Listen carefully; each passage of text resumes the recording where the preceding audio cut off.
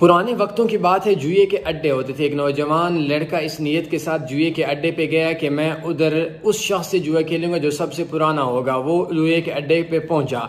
आगे से दो लड़के आपस में आज के रेट के हिसाब से 25-25 हज़ार रुपया लगाए हुए थे। तो उसने बोला मैंने जुआ उस शख्स से खेलना है जो सबसे पुराना है। उन्होंने बोला कि हमें तो एक हफ्ता हुआ है, आप पिछली साइड पे चले जाओ, वो पुराने हैं। उन पिछली साइड वाले बंदों को देखा, 15-15 हज़ार रुपया लगाए हुए थे।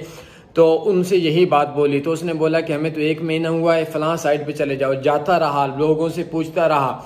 एंड पे उसको दो बाबे मिले और उसने कहा कि मैंने आपसे जुआ खेलना। तो उन्होंने बोला दो पत्थर उठाओ बेटा, पूरी जिंदगी गुजर गई, जवानी गुजर गई, जो कुछ था, रिश्ते थे, माल था, खत्म हो गया है। आज पत्थर पत्थर खेल कर आदत पूरी कर रहे हैं।